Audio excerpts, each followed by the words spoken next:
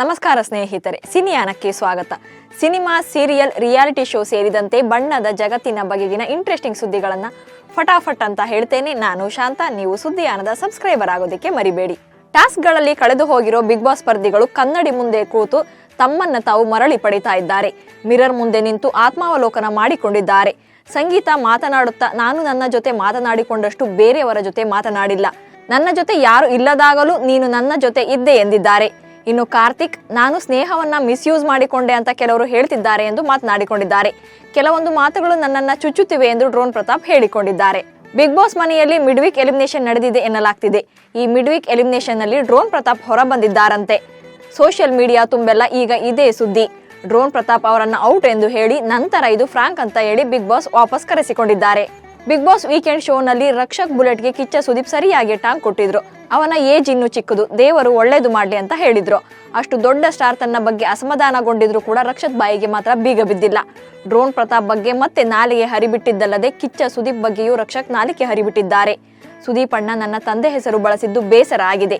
ಸುದೀಪ್ ಅಣ್ಣ ಏನೇ ಹೇಳಿದ್ರು ವೀಕೆಂಡ್ ನಲ್ಲಿ ನಾವು ಕೇಳಬೇಕು. ಗೂಬೆ ಅನ್ನೋ ಪದಕ್ಕೆ ನನ್ನ ಅಪ್ಪನನ್ನ ರೋಡ್ಗೆ ನಿಲ್ಲಿಸಿದ್ರು ಎಂದು ಹೇಳುವ ಮೂಲಕ ಸುದೀಪ್ ಫ್ಯಾನ್ಸ್ ಕೆಂಗಣ್ಣಿಗೆ ಗುರಿಯಾಗಿದ್ದಾರೆ. ಸ್ಯಾಂಡಲ್ವುಡ್ ನಟ ಅಜಯ್ ರಾವ್ ಅವರಿಗೆ ಇವತ್ತು ಹುಟ್ಟುಹಬ್ಬದ ಸಂಭ್ರಮ. ಹೀಗಾಗಿ ಯುದ್ಧಕಾಂಡ ಸಿನಿಮಾದ ಫಸ್ಟ್ ಲುಕ್ ರಿಲೀಸ್ ಮಾಡಿ ಚಿತ್ರತಂಡ ಶುಭ ಕೋರಿದೆ. ಕರಿಕೋಟು ತೊಟ್ಟು ಕೈಯಲ್ಲಿ ಪುಸ್ತಕ ಹಿಡಿದು ಲಾಯರ್ ಅವತಾರದಲ್ಲಿ ಅಜಯ್ ರಾವ್ ಕಾಣಿಸಿಕೊಂಡಿದ್ದಾರೆ. ಯುದ್ಧಕಾಂಡ ಚಿತ್ರವನ್ನ ತಮ್ಮದೇ ನಿರ್ಮಾಣ ಸಂಸ್ಥೆಯಾದ ಶ್ರೀಕೃಷ್ಣ ಆರ್ಟ್ಸ್ ಅಂಡ್ ಕ್ರಿಯೇಷನ್ಸ್ ಮತ್ತು ಅಜಯ್ ರಾವ್ ಪ್ರೊಡಕ್ಷನ್ಸ್ ನಡಿ ನಿರ್ಮಾಣ ಮಾಡ್ತಾ ಇದ್ದಾರೆ. ಜೈಲರ್ ಸಿನಿಮಾ ಸಕ್ಸಸ್ ನಲ್ಲಿ ತೇಲುತ್ತಿರುವಾಗಲೇ ಜೈಲರ್ 2 ಸಿನಿಮಾ ಬಗ್ಗೆ ಘೋಷಣೆಯಾಗಿತ್ತು. ಇದೀಗ ನೆಲ್ಸನ್ ಅವರು ಜೈಲನ್ ಸೀಕ್ವೆಲ್ ನ ಆರಂಭಿಕ ಡ್ರಾಫ್ಟ್ ಅನ್ನ ಸಿದ್ಧಪಡಿಸಿದ್ದಾರೆ. ಈ ಸಿನಿಮಾದಲ್ಲಿ ಹ್ಯಾಟ್ರಿಕ್ ಹೀರೋ ಶಿವರಾಜ್ ಕುಮಾರ್ಗೆ ಜಾಸ್ತಿ ಸ್ಕ್ರೀನ್ ಪ್ಲೇಸ್ ನೀಡಲಾಗಿದೆಯಂತೆ. 2025ಕ್ಕೆ ಶೂಟಿಂಗ್ ಆರಂಭವಾಗಲಿದೆ. ಬಾಲಿವುಡ್ ನಟಿ ದೀಪಿಕಾ ಪಡುಕೋಣೆ ಪಠಾಣ್ ಸಿನಿಮಾದಲ್ಲೇ ಸಾಕಷ್ಟು ವಿವಾದ ಮಾಡಿಕೊಂಡಿದ್ರು. ನಂತರ ಫೈಟರ್ ಸಿನಿಮಾದಲ್ಲಿ ಮತ್ತಷ್ಟು ಬಟ್ಟೆ ಬಿಚ್ಚಿ ಸಿಕ್ಕಾಪಟ್ಟೆ ಬೋಲ್ಡ್ ಆಗಿ ಕಾಣಿಸಿಕೊಂಡಿದ್ರು. ಇದೀಗ ದೀಪಿಕಾ ಪಡುಕೋಣೆಗೆ ಬ್ಯಾನ್ ಶಾಕ್ ತಟ್ಟಿದೆ. ಅದು ಕೂಡ ರಿಲೀಸ್ಗೆ ಒಂದೇ ದಿನ ಇರುವಾಗಲೇ. ಹೃತಿಕ್ ರೋಷನ್ ಹಾಗೂ ದೀಪಿಕಾ ಪಡುಕೋಣೆ ನಟನೆಯ ಫೈಟರ್ ಸಿನಿಮಾ ಜನವರಿ 25ರಂದು ರಿಲೀಸ್ ಆಗಲಿದೆ. ಈ ಸಿನಿಮಾದಲ್ಲಿ ಸಿಕ್ಕಾಪಟ್ಟೆ ಹಾಟ್ ಸೀನ್ಗಳಿವೆ. ಈ ಸಿನಿಮಾವನ್ನ ಗಲ್ಫ್ ರಾಷ್ಟ್ರಗಳು ಬ್ಯಾನ್ ಮಾಡಿವೆ. ಗಲ್ಫ್ ರಾಷ್ಟ್ರಗಳ ಸೆನ್ಸಾರ್ ಮಂಡಳಿಯಿಂದ ಗ್ರೀನ್ ಸಿಗ್ನಲ್ ಸಿಗದೆ ಇರೋದ್ರಿಂದ ಬ್ಯಾನ್ ಮಾಡಲಾಗಿದೆ. ನೀಲಿ ಸಿನಿಮಾಗಳ ಮಾಜಿ ತಾರೆ ಸನ್ನಿ ಲಿಯೋನ್ ಈಗ ಬಿಸ್ನೆಸ್ ವುಮೆನ್ ಆಗಿದ್ದಾರೆ.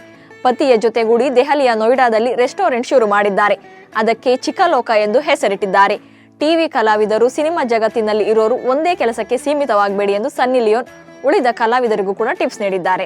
ಹನುಮಾನ್ ಸಿನಿಮಾ ತನ್ನ ಗೆಲುವಿನ ನಾಗಾಲೋಟವನ್ನ ಮುಂದುವರಿಸಿದೆ. ಬಾಕ್ಸ್ ಆಫೀಸ್ ನಲ್ಲಿ ಭರ್ಜರಿಯಾಗಿ ಕಲೆಕ್ಷನ್ ಮಾಡಿದೆ. ಸಿನಿಮಾ ರಿಲೀಸ್ ಆಗಿ 11 ದಿನಗಳು ಕಳೆದಿದ್ದು 218 ಕೋಟಿ ರೂಪಾಯಿ ಹರಿದು ಬಂದಿದೆ ಎಂದು ಅಂದಾಜಿಸಲಾಗಿದೆ. ಕಾಂಟ್ರವರ್ಸಿ ಕ್ವೀನ್ ಎಂದೇ ಫೇಮಸ್ ಆಗಿರೋ ನಟಿ ಕಂಗನಾ ರನಾವತ್. ನೇರ ದಿಟ್ಟ ಮಾತಿನಿಂದಲೇ ಫೇಮಸ್ ಆಗಿರುವ ಕಂಗನಾ ಅದ್ಭುತ ನಟಿಯೂ ಹೌದು. ಇದೀಗ ಅವರ ಬಹು ನಿರೀಕ್ಷಿತ ಹಾಗೆಯೇ ಬಹು ಚರ್ಚಿತ ಎಮರ್ಜೆನ್ಸಿ ಚಿತ್ರದ ಬಿಡುಗಡೆಯ ಡೇಟ್ ಫಿಕ್ಸ್ ಆಗಿದೆ. ಜೂನ್ 14ರಂದು ಸಿನಿಮಾ ರಿಲೀಸ್ ಆಗಲಿದೆ. ಮಾಜಿ ಪ್ರಧಾನಿ ದಿವಂಗತ ಇಂದಿರಾ ಗಾಂಧಿಯವರ ಜೀವನದ ಸುತ್ತುತ್ತದೆ ಈ ಸಿನಿಮಾ.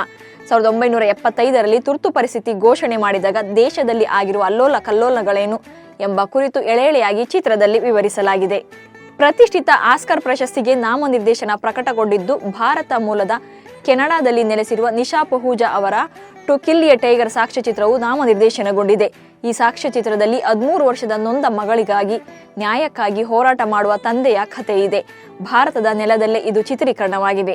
ಇವಿಷ್ಟು ಇವತ್ತಿನ ಸಿನಿಯಾನದ ಹೈಲೈಟ್ಸ್. ಇನ್ನು ನೀವು ನಮ್ಮ ಸುದ್ದಿಯಾನ ಚಾನೆಲ್ನಲ್ಲಿ ಜಾಹೀರಾತು ನೀಡಬಹುದು. ಜಾಹೀರಾತು ನೀಡಲು 9110295814 ನಂಬರ್ಗೆ ವಾಟ್ಸಪ್ ಮಾಡಿ. ನಿಮ್ಮ ಪ್ರೀತಿ ಪಾತ್ರರಿಗೆ ಸುದ್ದಿಯಾನದ ಜೊತೆಗೆ ಶುಭಾಶಯವನ್ನ ಕೋರಿ. ನಮಸ್ಕಾರ.